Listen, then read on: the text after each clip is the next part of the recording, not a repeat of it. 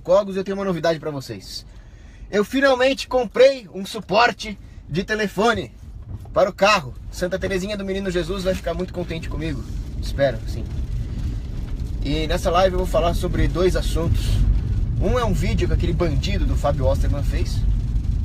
E o outro é o dever cristão de sonegar impostos. É muito importante que os cristãos soneguem impostos. 3 palmos de terra. Voltou. Sai na Anatel maldita aí. Como eu disse, se vocês querem uma live de qualidade, cheguem na Anatel com uma ponto .50 ali.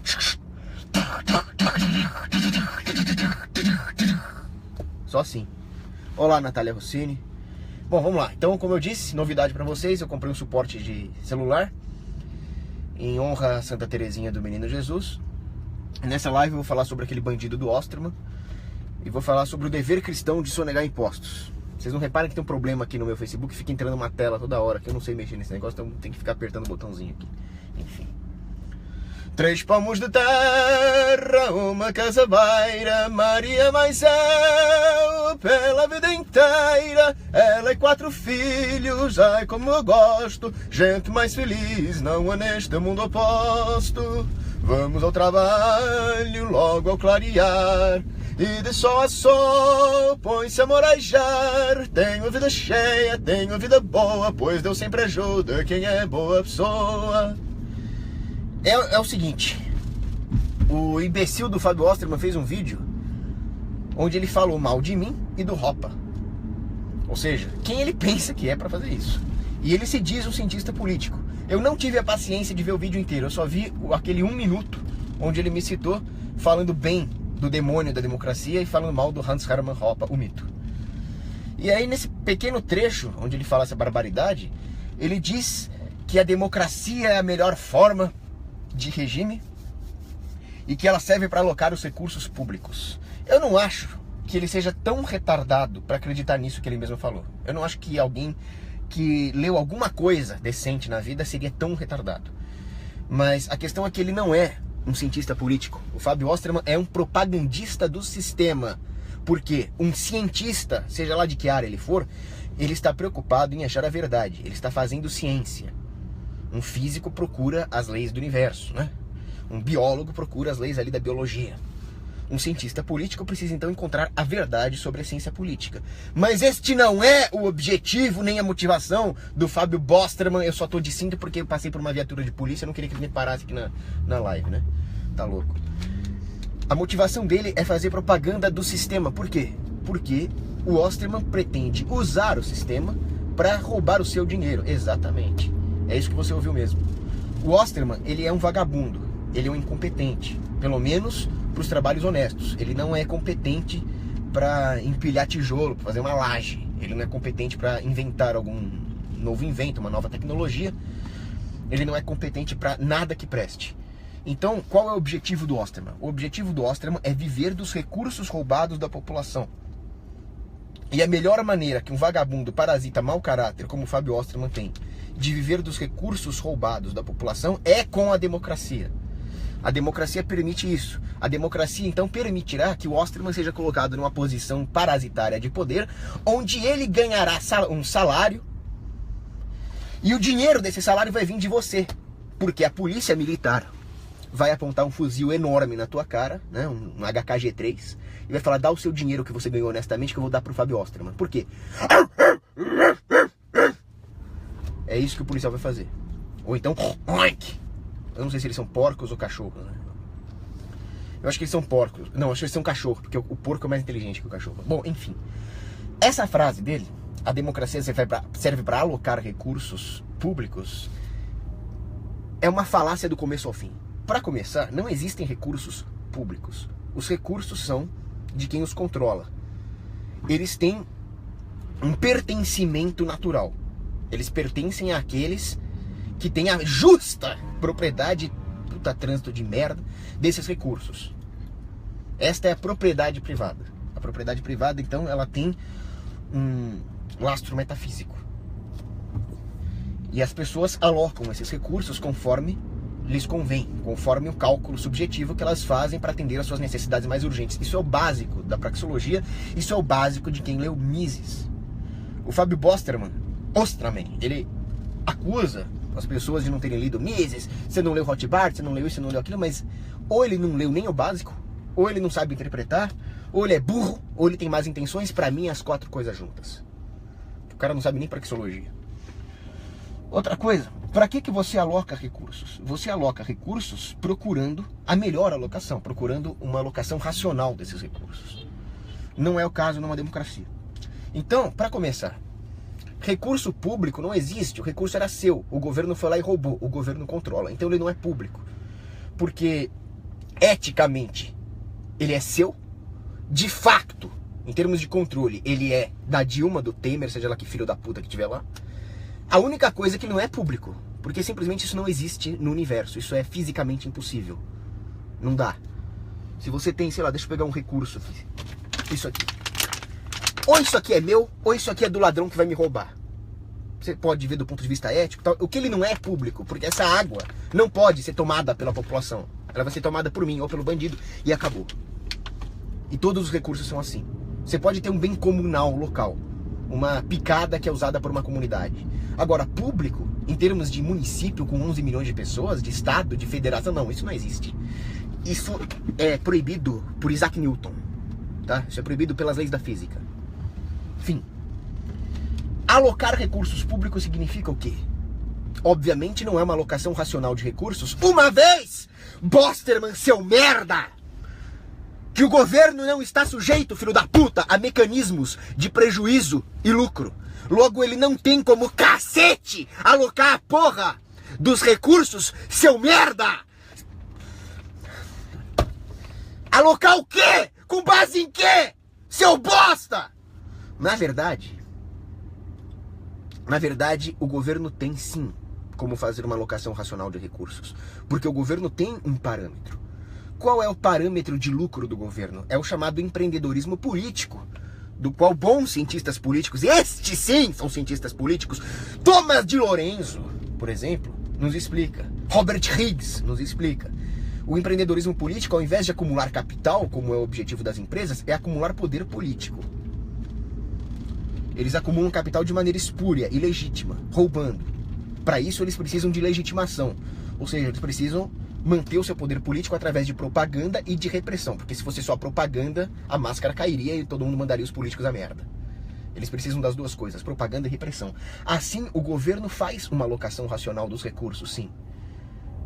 Puta que o pariu, tá passando polícia aqui, puta susto, cara. Vermes. Você viu como é que é? Polícia era pra defender o cidadão. Era pra falar, ô, tem polícia aqui, ótimo. Ah, posso ficar aqui tranquilo. Não. Eu tô cagando de medo. Eu tô cheio de irregularidade aqui que eu não preciso falar no vídeo.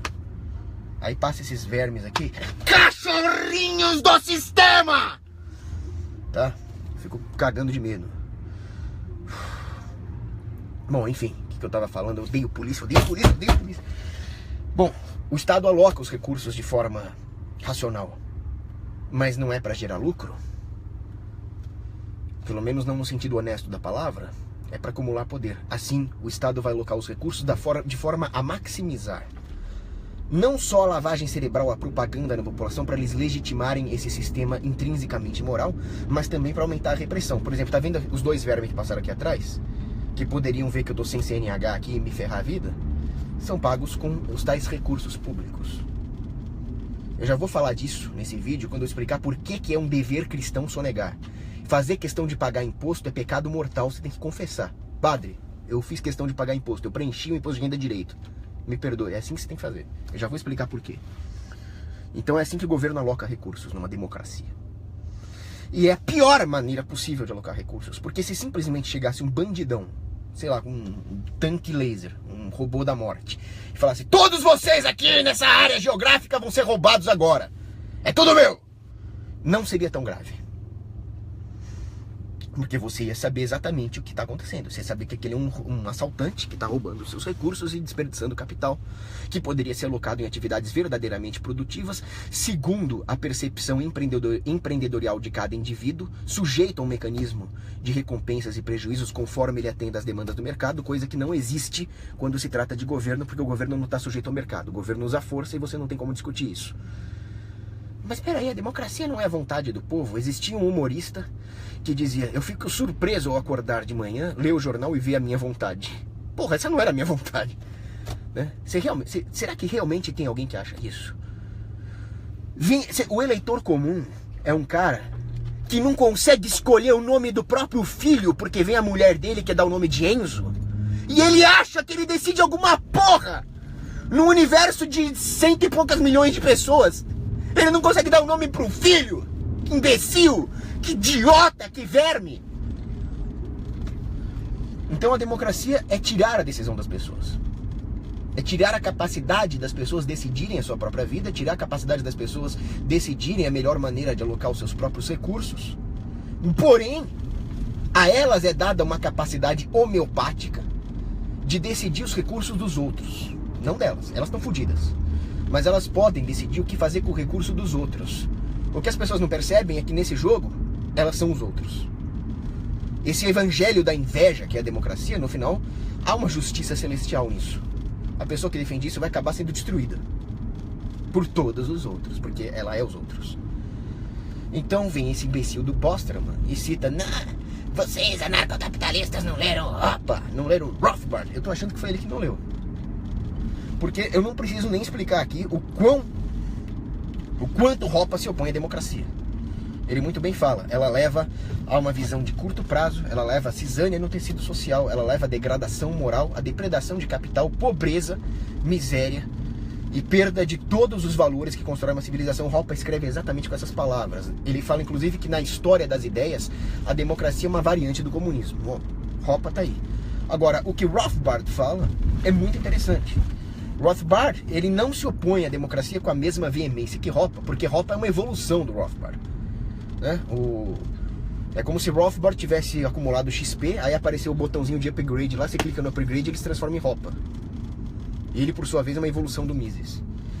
Mas o fato é que o próprio Murray Rothbard escreve que a democracia é uma ferramenta de acumulação de poder que é incompatível tanto com o ideal puro do socialismo quanto com o ideal puro do capitalismo. Esse filho da puta desse Bosterman não leu Rothbard.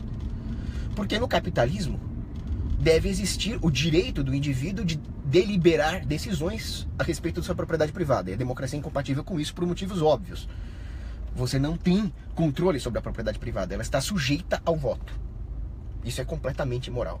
Agora, mesmo no ideal socialista, a democracia também seria incompatível se você adotasse uma pureza ideológica, isso para Rothbard. Eu não concordo com o Rothbard nessa parte.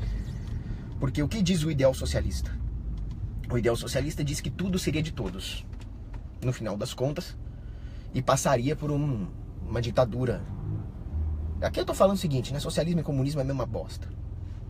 Mas Rothbard explica que isso também não seria possível, uma vez que seria teoreticamente possível que as pessoas votassem contra o próprio ideal do socialismo, o próprio ideal igualitário do socialismo. E de fato, os grupos de interesse se formariam e teriam influência política de maneira não igualitária. Eu digo, porém, que a democracia é compatível, pelo menos em termos estratégicos e processuais, com o socialismo, mesmo porque Lenin dizia: democracy is the road to socialism. Peraí, isso aqui é uma quebrada, cara. Eu tô entrando numa quebrada, puta que pariu. Eu vim aqui no cemitério São Luís, agora eu tô no meio de uma quebrada, tá ligado, mano? Tô aqui no meio da favela e pá, mano. Os bagulho é louco aqui, o bagulho é tenso. Capão Redondo, Heliópolis, Paraisópolis, ladrão sangue bom, tem moral na quebrada. Eu tô aqui, cara, puta que merda. Tem até propaganda do PT aqui, Newton Tato. Bom, se eu tomar tiro de fuzil aqui vai ser ao vivo, vai ser louco, né? Então, uma outra coisa que eu tava falando é o seguinte: a democracia, assim, é completamente compatível com o socialismo no sentido estratégico, porque as pessoas, então, votam para consumir recursos acumulados pelo outro. E nesse consumo de recursos, elas retiram do indivíduo a capacidade de resistir a um sistema totalitário. já que o indivíduo precisa da propriedade privada para exercer a sua individualidade e exercer a sua capacidade de resistência materialmente falando. Uma vez que a democracia, isso é teoria minha, consome todo esse material, como que o indivíduo vai ter material para resistir ao totalitarismo? Como ele vai fazer caridade se ele está financeiramente depauperado pelo Estado, pelos impostos cobrados democraticamente para prover serviços públicos estes que não só são uma merda, como também geram dependência.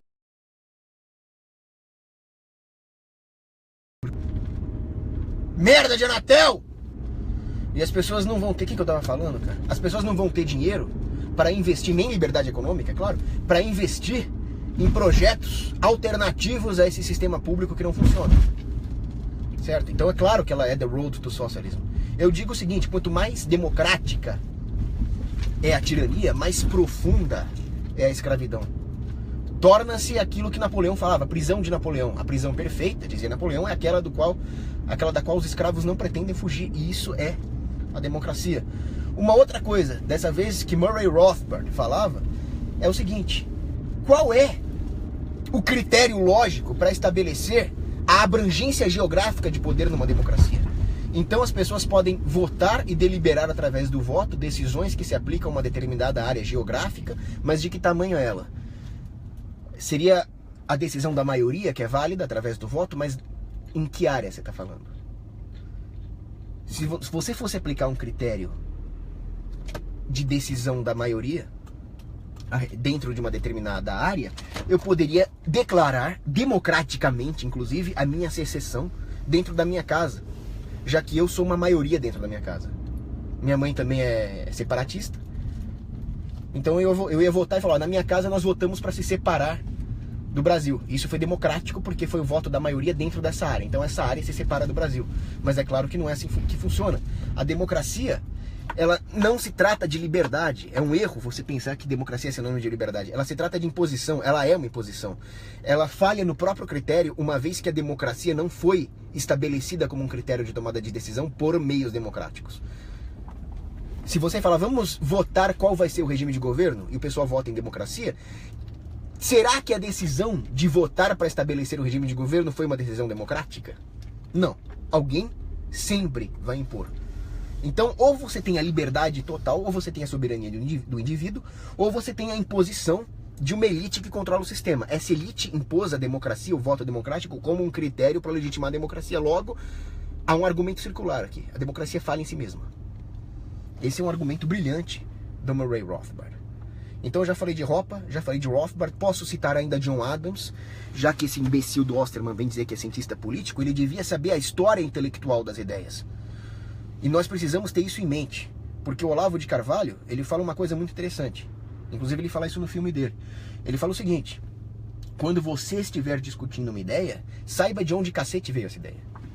Saiba quem está mandando em você, porque no final das contas existem grupos de elite, de engenheiros sociais, que estão estabelecendo quais ideias o povo vai defender e o povo vai achar que isso é ideia deles. Aí entra uma frase minha, que eu coloquei no meu Twitter lá, inclusive. Por favor, siga o meu Twitter. Eu digo o seguinte: numa democracia, os governantes não são representantes do povo. O povo é representante dos governantes. Vejam as pessoas que estão na rua, ó. Veja, não sei se vocês conseguem ver, ó. Passou uma mulher com o bebê no colo ali. Aqui tem um cara com uns engradados de cerveja. Aqui tem um cara do boné correndo. Ali dentro tem um cara dando em cima da novinha. São pessoas comuns que devem viver a sua vida e devem ter liberdade para viver a sua vida da maneira mais livre possível. Mas eles não têm obrigação de serem intelectuais. Eles não têm obrigação de fazer filosofia política. Mas as ideias que eles defendem ou pensam que defendem, elas vêm de um amplo e complexo e sofisticado sistema de engenharia social, onde o povo defende ideias que eles sequer sabem de onde cacete elas surgiram, e muito menos quais são as consequências. E a democracia é assim imposta, de maneira coercitiva, mas não é uma coerção física, é uma coerção psicológica. É um corrompimento da mente das pessoas muito parecido com o corrompimento que um pedófilo faz contra um menor de idade. Porque se você olhar para essas pessoas, se você olhar para esse velhinho que está passando aqui, um velhinho humilde, ele é intelectualmente uma criança. Ele deve ter direito de deliberar sobre a propriedade privada, e talvez nisso ele seja muito melhor que eu. Imagina o quanto esse velhinho humilde que passou aqui deve saber da vida que eu não sei. Eu não sei trocar um chuveiro, esse cara deve saber. Eu não sei cuidar de uma família, esse cara deve saber. Mas esse cara não lê os livros que eu leio. E eu leio. Eu digo, democracia é uma merda. Agora, esse cara não sabe disso. Esse cara ele pensa que votando ele vai ser livre, vai ser próspero. Quando que ele vai descobrir a verdade? Quando que ele vai ler uns puta livro de escola austríaca dessa grossura? Não vai! Porra! Então não faz o menor sentido dizer que a democracia é uma decisão do povo. Ela é uma decisão sempre de uma elite. É assim que ela funciona. E nos é imposta. Tanto fisicamente, porque se você não concordar com o sistema, você vai ser agredido fisicamente pelo Estado, quanto através dessa propaganda subliminar em engenharia social, que é tão ou mais imoral do que a própria agressão física. Cientista político. Então, como eu estava dizendo, é preciso saber a história das ideias. E se você pegar a história das ideias, mesmo num antro pútrido de liberais como os founding motherfuckers lá dos Estados Unidos, a democracia é um negócio tão ridículo que nem esses caras, nem mesmo esses caras que eram liberais, maçons, republicanos, defendiam a democracia porque era muita palhaçada. Então John Adams dizia, nós precisamos de um governo de leis, não de homens. Todo governo vai ser de homem e é óbvio que ele vai estar cagando para a lei. Porque a lei natural restringe, ou melhor, rejeita um governo. Se tem um governo, já está violando a lei. E ele vai continuar violando a lei para continuar se expandindo antes que a verdade surja e antes que as máscaras caiam. Você pensa que os governantes são babacas? E John Adams dizia, um governo de leis, não de homens. Por mais que ele fosse impreciso, a democracia joga no lixo qualquer conceito de lei natural. Quer dizer, nada mais importa, a verdade não importa, a justiça não importa, importa a decisão da turba. Então nós temos realmente um governo da turba, de homens e não de leis. Se não existe nenhum tipo de lei natural, afinal John Adams falou essa frase justamente criticando as ideias democráticas, como cacete que a sua liberdade, a sua dignidade, a propriedade privada estariam preservadas no regime democrático? Osterman, seu inútil maldito! Responde! Te soca o dente, rapaz! Como diria aquele cara lá do Tiririca lá, te bate os dentes pra dentro. John Adams também dizia que as democracias sempre cometem suicídio. Elas se exaurem. Elas exaurem os próprios recursos. Ela é autofágica. Todo autor sério disse isso. Todo cientista político sério. O Osterman é só um filho da puta. O que é o seu voto? Acorda. Ele está usando o próprio sistema corrompido pela esquerda que promoveu a democracia. Até mesmo Rousseau reconhecia que a democracia não funciona numa área maior que uma cidade. Até ele. Ele está usando essa lobotomização que fizeram ao longo de décadas para ganhar a eleição e viver com seu dinheiro. Que dúvida, porra. Que dúvida. Agora, meditando sobre isso, eu cheguei a algumas conclusões sobre a democracia muito mais assustadoras do que essa que eu falei até agora. Muito mais assustadoras. Lembra que eu falei que democracia não se trata de alocação de recursos, porque os recursos devem ser alocados de maneira racional, de forma a atender necessidades, logo os recursos devem ser alocados de forma produtiva. Numa democracia isso não acontece, eles são alocados de forma consumista, porque no momento que você está submetido à lei de Sé, você precisa produzir para demandar, você precisa alocar recursos de forma a manter a sua capacidade de produção para poder continuar consumindo, já que as suas necessidades de consumo nunca param. Mas na democracia não, você não precisa produzir para consumir. Você só precisa demandar. Você só precisa fazer lobby. Então a democracia não aloca recursos. Pelo menos não de forma produtiva. Ela consome os recursos. Ela faz uma alocação de consumo. E ao contrário do livre mercado, onde os recursos são alocados de forma produtiva e isso gera virtudes, numa democracia o que é subsidiado não é a virtude, mas o vício. Porque quanto mais babaca, quanto mais dependente, quanto mais consumista, quanto mais perdulário, quanto mais pródigo, quanto mais indecente, quanto mais vagabundo, quanto mais militante você for, mais você vai conseguir esses recursos roubados, né? Como dizia Mencken, a democracia é um leilão antecipado de bens roubados. Tinha uma... Caramba. Passou uma menininha bonitinha aqui, mas ela tava com o namorado do tamanho de um tanque de guerra, cara. Eu achei melhor nem... Então, a democracia acaba consumindo esses recursos. Agora, como que os recursos são alocados numa democracia? Eu não posso chegar e falar, ó, meu nome é Paulo Cogos, eu faço vídeos no YouTube, eu sou devoto de Santa Terezinha e eu quero os recursos da democracia, me dá. Eu não vou conseguir. Eu sou um indivíduo. Eu precisaria estar inserido num grupo de interesse, ou seja, um grupo lobista. Num livre mercado, também se formam grupos de interesse, mas esses grupos se formam segundo vocações. Eles são vocacionalmente agrupados, de forma a atender demandas de mercado. Então, por exemplo, forma-se um grupo de investidores que viram o potencial de um certo produto ou serviço, eles têm uma afinidade com isso, então eles se agrupam para ter uma economia de escala e prover a população com esses recursos.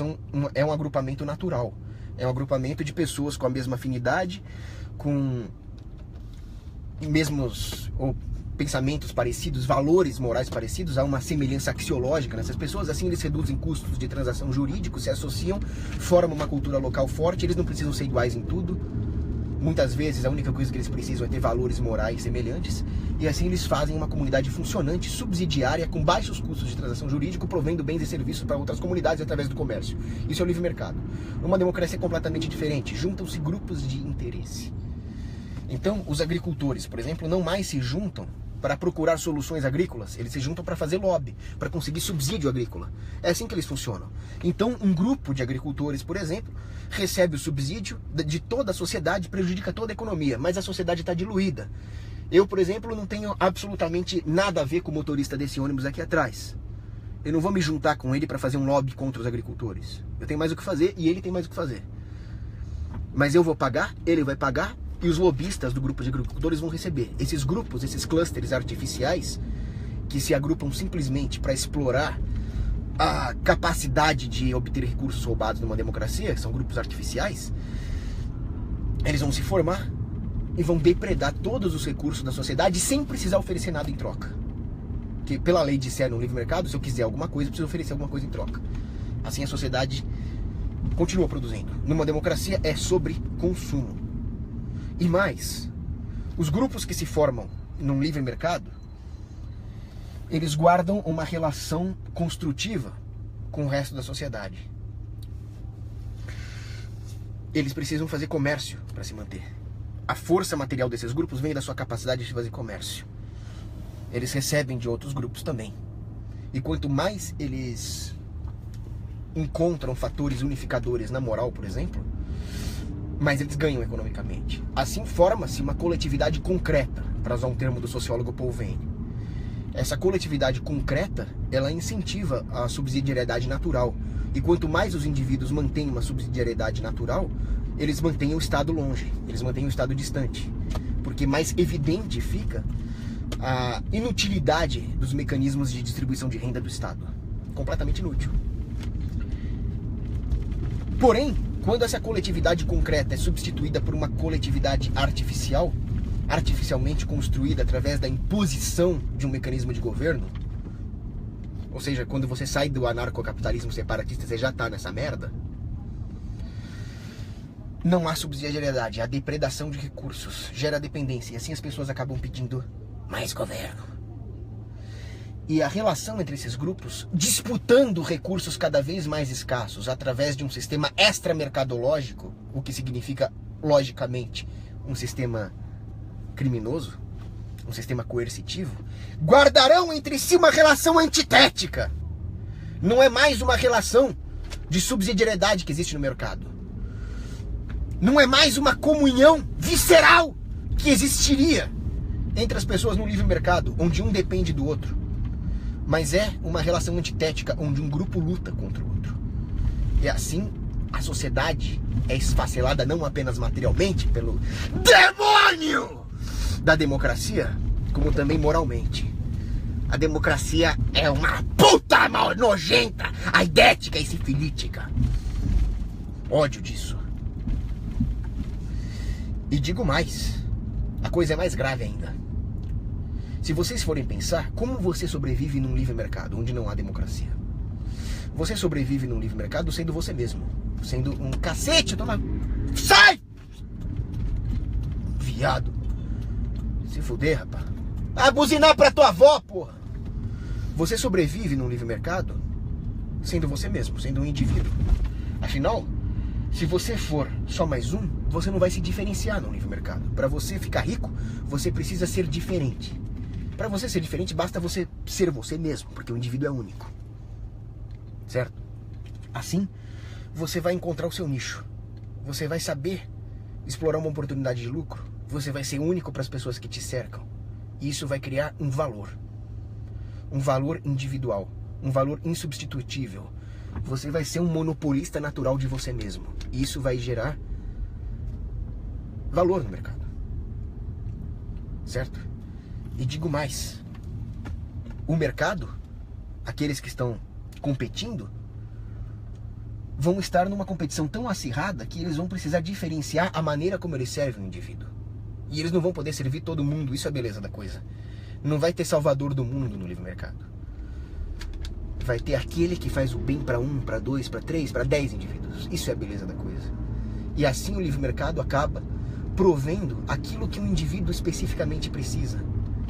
Provendo uma prótese muito especial para um determinado tipo de aleijão, por exemplo. Só o mercado consegue fazer isso. Na democracia, não. Na democracia entra o consumo de massa. Porque o voto, sendo majoritário, elimina o indivíduo, suprima o indivíduo. Você vai ter uma pressão psicológica para se homogeneizar, uma vez que a diferença é taxada numa democracia. Os grupos de interesse vão se formando e você vai tentando se encaixar neles, sendo cada vez menos parecido com você mesmo e mais parecido com a massa, mais parecido com o comportamento de massa que as elites tentam incutir justamente para diminuir a resistência do indivíduo contra o sistema. Psicologicamente, o indivíduo acaba tendo um incentivo para se homogeneizar. E à medida que o capital é depredado, apenas grandes corporações vão tendo acesso a ele, e eles criam então um mecanismo de consumo de massa. Eles não têm mais incentivos para prover bens para o indivíduo. Eles têm apenas incentivo para controlar a demanda artificialmente e produzir um monte de meleca de massa. E com isso já é suficiente para ter lucro, porque com a democracia as regulações acabaram com os pequenos negócios. Então essa é a grande diferença. O mercado provê meios para atender as demandas individuais e premia a diferença individual através da criação de nichos de mercado devido à maior profundidade da divisão de trabalho. Numa democracia isso não existe. Numa democracia, quanto mais você se comportar de maneira massificada, menos você sofre. E as pessoas evitam o sofrimento, né? E com isso nós temos a maior diferença de todas, consequencialmente falando, entre a democracia e o livre mercado. A democracia é elitista, porque no final das contas, apenas a elite capaz de abocanhar esses recursos, capaz de manipular os grupos de interesse, capaz de fazer lobby, com grandes contatos dentro do governo, capazes de gerir o capital propagandístico das empresas corporativistas ligadas à mídia e ao governo, é que vão ter alguma coisa numa democracia. Vai ser elitista pra cacete. E como ninguém mais precisa produzir para atender as demandas reais do consumidor, apenas fazer lobby, os recursos não vão sendo empregados de forma produtiva para melhorar a qualidade de vida do próximo e assim possibilitar que ele também tenha capacidade de se inserir na concorrência de mercado. Então, os recursos agora não tem mais esse imperativo mercadológico. Eles são redistribuídos numa democracia. E tudo que você precisa é prover um serviço porco para a população, cujo efeito é muito mais moral do que material, mas não é moral para o bem, é moral para o mal. Dou um exemplo: as grandes corporações, elas não precisam vender bons produtos e serviços cada vez melhores e mais baratos para a população. Tudo que elas precisam é mostrar para a população que elas são legítimas representantes de tudo aquilo que está aí, de tudo aquilo que eu sou contra, por exemplo. Elas são empresas que se preocupam com os direitos LGBT, elas são empresas que se preocupam com o meio ambiente, elas são empresas sustentáveis, elas são empresas que promovem a diversidade. Não é essa a propaganda que as empresas fazem hoje? Elas não falam mais, aqui é melhor e mais barato. Elas falam, aqui tem diversidade. E assim elas reforçam as mesmas ideias que geraram essa derrocada civilizacional. Forma-se uma massa de pessoas depauperadas e uma elite corporativista que vende as mesmas ideias que o governo incutiu na população para impedir a resistência contra o processo democrático. Essa é a democracia. E tudo isso é financiado com impostos. Por isso eu entro na segunda parte do meu vídeo, que é: por que, cacete, um cristão é obrigado a sonegar? Um cristão deve obrigatoriamente sonegar. Porque os impostos financiam tudo aquilo que é anticristão. Para começar, vamos voltar para a teologia. Jesus Cristo foi acusado de incitar a sonegação de impostos. Aí os fariseus o levaram até os romanos, né? E Jesus Cristo foi submetido a algumas perguntas. E se ele respondesse que sim, devemos sonegar impostos, os romanos acabavam com ele. E se ele respondesse não, é preciso pagar impostos, os fariseus iam falar: ele não é Messias, e iam matar ele também. Então Jesus Cristo deu a resposta brilhante dele: dai a César o que é de César e dai a Deus o que é de Deus. Essa resposta é perfeita. Se vocês forem pensar, tudo aquilo que nós temos nos foi dado por Deus. O universo é de Deus, né? Logo, nós devemos consagrar todos os nossos atos a Deus. Tudo aquilo que nós fazemos é de Deus. Se é de Deus, não é de César. Jesus Cristo nos mostra a excludência que existe entre César e Deus. Jesus Cristo não falou, por exemplo, dai ao mendigo o que é do mendigo e a Deus o que é de Deus. Não, pelo contrário. Ele falou: se você dá ao mendigo, você está dando a mim. Se você alimenta o mendigo, você está me alimentando. Mas ele falou: dai a César o que é de César e a Deus o que é de Deus. Logo, você não pode dar a César e a Deus ao mesmo tempo. Eles são completamente antitéticos. Olha que beleza. Se tudo deve ser consagrado a Deus, obviamente você não deve dar pinico nenhum ao César. Mas aí o cara fala: não, mas peraí, ô ancapezinho herege, peraí. Jesus Cristo perguntou de quem é a efígie. De quem é a efígie? E os fariseus responderam: é de César. E aí sim ele disse: dai a César o que é de César e a Deus o que é de Deus. Então, se tem a efígie de César, você tem que dar pro César, é imposto. Ah, é? Ah, é?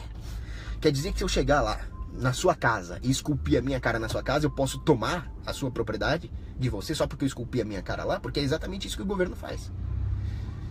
Ele impõe um monopólio de moeda, pega o fruto do seu trabalho, grava a cara dele e bota o curso forçado com inflação ainda por cima. Agora, a resposta, você não precisa nem ir para a economia austríaca. A resposta está na Bíblia. João, capítulo 7, versículo 24. Não julgarás pela aparência apenas, mas fará um reto e justo julgamento. Logo, você não pode julgar se uma moeda é de César só porque tem a efígie desse filho da puta lá. Quem trabalhou? Quem capinou a terra? Quem participou de um comércio voluntário? Foi o camponês? Então pode ter a efígie do capeta ali. Aquela moeda é do camponês. E o camponês deve consagrá-la a Deus. E o César? O César vai ter o que é dele. Tiro de fuzil. Aí vem os caras e falam: não, mas peraí, você tá errado. O Messias não é um Messias militar. Essa era a ideia errada que os judeus tinham. Que o Messias vai ser o Rambo, que vai chegar lá e vai meter bala no César e vai libertar o povo judeu. Mas é claro que o Messias não é um Messias político-militar. Assim como o Messias não é um Messias agricultor. Assim como o Messias não é um Messias médico. O Messias é espiritual. É isso que os judeus não entenderam. Jesus Cristo veio para mostrar o reino de Deus, que não é desse mundo. Ele veio mostrar que a nossa salvação é lá no céu. E que esse plano aqui é passageiro. Mas isso não exclui a luta, a resistência militar contra César. Jesus Cristo veio aqui e não acabou com a pobreza. Mas ele nos ensinou o amor ao próximo. Logo, trabalhar, inventar tecnologias, montar empresas que deem empregos produtivos para acabar com a pobreza é completamente ordenado. Ser um bom médico, estudar medicina para ir lá e salvar vidas usando toda a sua habilidade, inspirado pelo Espírito Santo, com Jesus guiando a mão do cirurgião, é algo de Deus também, mas o Messias não veio aqui acabar com as doenças. O que Jesus Cristo veio fazer aqui é nos mostrar o caminho da salvação para que nós nos esforcemos nas virtudes necessárias para ajudar o próximo e assim ganhar o reino de Deus, que é o grande objetivo. Então é por isso que Jesus Cristo não veio aqui meter bala no César. Porque meter bala no César é como capinar a terra para conseguir comida. É como fazer uma cirurgia para salvar um doente. É algo que nós devemos fazer aqui, por amor ao próximo. mas que nós devemos ter as virtudes necessárias para isso. Nós precisamos estudar medicina para salvar os doentes, precisamos trabalhar para ter o pão e precisamos ter bola no saco para meter bola no César. Jesus não matou o César porque ele está esperando que nós tenhamos colhões. Jesus não veio aqui para ser nossa babá. Ele veio para mostrar o caminho. Então é claro que ele não foi jogar um raio no César.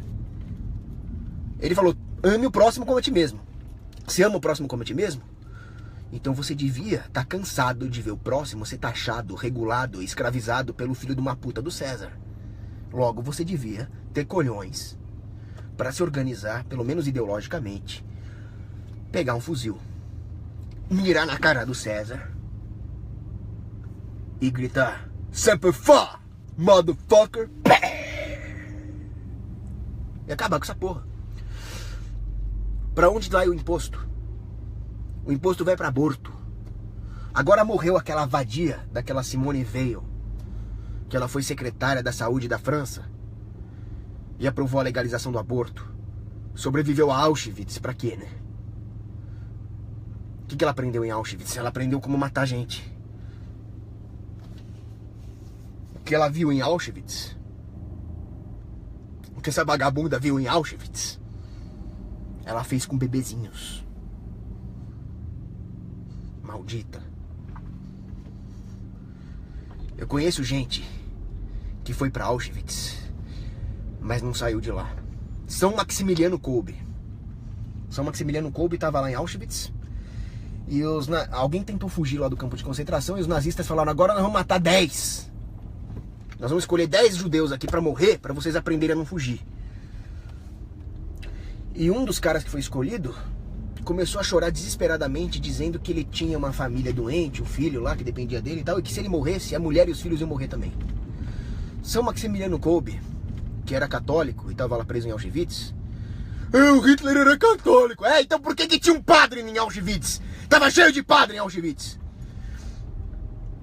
O Hitler era satanista. Então, São Maximiliano Kolbe falou, eu quero tomar o lugar dele. Tô falando sério. E os oficiais nazistas aceitaram. Então São Maximiliano Kolbe morreu para salvar esse judeu. Olha o que é o amor ao próximo, né? E esse judeu, ele voltou lá com o Papa João Paulo II, na canonização de São Maximiliano Kolbe, na mesma cela onde ele ficou preso. Eu não sei se ele se converteu, mas você imagina, né? Então tem todo tipo de gente em Auschwitz. Tem São Maximiliano Kolbe, tem um grande amigo meu, Daniel, que nasceu no campo de concentração, gente boa pra caramba. E tem essa vadia dessa Simone Veil. Babaca. Viktor Frankl, psiquiatra, falava isso no campo de concentração, mas eu não sei se ele foi pra Auschwitz. Ele foi pra um desses aí. Não sei se era da Dachau, se era Birkenau, mas ele disse o seguinte, ele viu o pior e o melhor do homem no campo de concentração. Agora, o aborto, a Planned Parenthood, os drones que matam criancinhas, as guerras, a destruição e a demolição de igrejas católicas na França para construir mesquita, tudo isso é pago com imposto. Se você é cristão, você tem a obrigação de sonegar. Outra coisa, o cristão fala, não, nós temos que desobedecer o Estado em tudo aquilo que é anticristão, que é imoral. Ah, é? Então me diga uma coisa, seu conservinha. Tô me referindo aqui aos neocon. O que você acha de uma política que incentiva as mulheres a serem imorais e promíscuas? Você acha que essa política deve ser obedecida pelos cristãos ou desobedecida pelos cristãos? Uma política que faz as mulheres serem promíscuas, vagabundas, ela tem que ser desincentivada pelos cristãos. Desobedecida, eu concordo plenamente, assino embaixo. Pagar imposto faz as mulheres serem vacas. Pagar imposto faz as mulheres serem promíscuas. Sim, eu vou explicar por quê. As mulheres sempre usam os seus atributos sexuais como moeda de troca no mercado. Os seus atributos sexuais não é simplesmente transar, não é simplesmente a prostituição pura e simples, mas é a sua atratividade como fêmea. Se a fêmea é altamente atrativa, ela vai atrair os machos, e os machos vão ter um comportamento que as fêmeas também valorizam para ganhar valor no mercado e poder ter esse poder de barganha no mercado de relacionamentos e mercado sexual, certo? O que um homem quer? numa mulher. Ele quer a certeza da paternidade. Isso é o que o homem mais procura. Ele quer ter certeza que a mulher é bela, recatada e do lar. Não há como negar isso. Se você tem duas mulheres com a mesma qualidade estética, por assim dizer, é claro que a mulher mais bela, recatada e do lar vai ser muito mais atraente para o homem do que a vagabunda. Ele vê na mulher bela, recatada e do lar uma certeza de paternidade, uma estabilidade. Ele valoriza muito isso. Então é claro que, ceteris paribus, a mulher bela, recatada e do lar ganha da promíscua. E mesmo que a promíscua seja até mais bonita, a bela, recatada e do lar pode ganhar, mesmo com uma beleza inferior. Agora, por que a mulher vai se comportar de forma bela, recatada e do lar? Porque ela precisa de um bom homem que a proveja, que a proteja, que a alimente, que a dê abrigo e que cuide dos filhos dela, né? Então ela não vai poder ser promíscua, porque ela precisa ser sustentada por um homem. Mas aí entra o governo. O governo cria políticas assistencialistas com os impostos. No momento em que ele cria essas políticas assistencialistas, a mulher não vê mais a necessidade de se garantir tendo um bom casamento. O governo promete isso para ela. Mesmo que isso não se cumpra, e não se cumpre, afinal as políticas públicas sempre geram cada vez mais dependência, o que é importante é que a mulher vê nas políticas públicas a solução para o seu sustento. Não mais no casamento. Não mais na relação com os homens. Assim elas não têm mais porquê se resguardarem. O comportamento promíscuo agora não sai mais tão caro. E assim elas vão se tornando mais promíscuas. E os homens também. O homem não tem mais porquê ter as virtudes viris que atrairiam uma mulher bela, recatada e do lar, porque o mercado feminino vai estar muito distorcido, com poder de barganha dando grande vantagem para o homem. Então ele pode ser um vagabundo a vida inteira, que quando ele chegar na meia idade vai ter uma novinha para casar com ele. Ou seja, os impostos que permitem esse esquema absurdo de redistribuição incentivam a promiscuidade. É isso que vocês defendem? Se você paga imposto, você incentiva isso. Outra coisa também.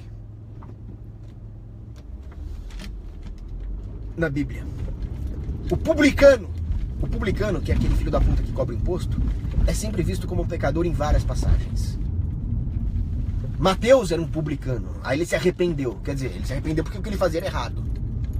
São Mateus.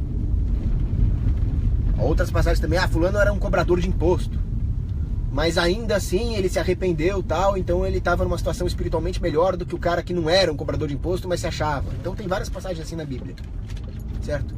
Se você, cristão, defende o imposto ou é contra a resistência fiscal, você está sendo um filho da puta com o próprio cobrador de imposto. Você está permitindo que o cobrador de imposto... Mas o que você quer, ô seu bosta? Ah, dá o rabo, viado do caralho! Vagabundo! Motoqueiro idiota. Então, onde é que eu tava? Eu odeio quando essas coisas acontecem, eu esqueço que eu tava falando. Ah, sim. Então, se você é contra a resistência fiscal, você tá sendo um filho da puta com o cobrador de impostos. Você tá permitindo que o cobrador de impostos continue em pecado. Porque no momento em que ele tá taxando a sociedade, ele tá pecando, ele tá acabando com a alma dele. É isso que você quer? Você quer permitir que ele tenha as condições para continuar cometendo esse crime e se danando, indo pro inferno? Pô, então você é um filho da puta. Eu não quero eu não sou mal. Eu quero meter uma bala no cobrador de imposto, mas não sem antes permitir que o cobrador de imposto tenha confissão e extremunção. Você não. Você tá falando, não, tudo bem, pode continuar aí roubando os outros. Só que depois ele vai pro inferno, é culpa sua. Comigo ele morre, mas não vai pro inferno. Ele tem a chance de se arrepender ali. Tem mais essa ainda. Bom, deixa eu ver se consigo ver as perguntas aqui, apesar de eu estar dirigindo. Pior que eu não consigo, Santa Terezinha do Menino Jesus realmente fez bem, porque o vídeo iria ficar muito longo e eu ia acabar mexendo aqui, ó. Santa Terezinha do Menino Jesus é tão sábia que ela interveio para que eu não pudesse ler os comentários aqui. Então eu já vou terminando o vídeo aqui. Deixa eu ver se tem mais alguma ideia interessante para comentar. Sim. A arrogância do amor. Eu estava pensando em termos de separatismo e multiculturalismo aqui, e eu cheguei a uma conclusão, que você ser contra o separatismo também é completamente anticristão, porque você cairia na arrogância do amor. Como é que funciona isso? Você ser um cara completamente gregário, de uma forma anticaridosa, então, por exemplo, só a minha família importa, só o meu clã importa, só eu importo, e o resto do mundo que morra. Obviamente, eu estou sendo arrogante, porque eu não estou mais amando o próximo por amor a Deus. Eu estou criando um conceito próprio de amor, onde eu excluo as pessoas ao meu bel critério, ao meu bel prazer, e não estou compreendendo o que de fato significa o amor cristão. Eu estou sendo arrogante. Eu estou achando que eu sou mais merecedor do amor cristão do que o próximo. Então, o excesso de gregarismo, onde não existiria nenhuma subsidiariedade, seria uma arrogância. Mas, e a integração forçada? E o multiculturalismo? E essa ideia de, não, os muçulmanos são nossos irmãozinhos, coexiste. Isso é outra arrogância. Porque você, nesse caso, está sendo pior que o cara mega gregário. Você está sendo vaidoso. Você está cometendo o pecado de Lúcifer. Ao invés de explorar as profundas consequências da destruição societal ocasionada pela integração forçada, ao invés de perceber que você está arriscando a vida dos seus conterrâneos, ao invés de perceber que você está causando a destruição societal de uma forma, inclusive, que vai afetar os outros povos, ao invés de tentar ensinar os bons valores cristãos lá para os outros povos, você está colocando esses caras que destruíram as próprias terras dentro da sua terra para destruir elas também.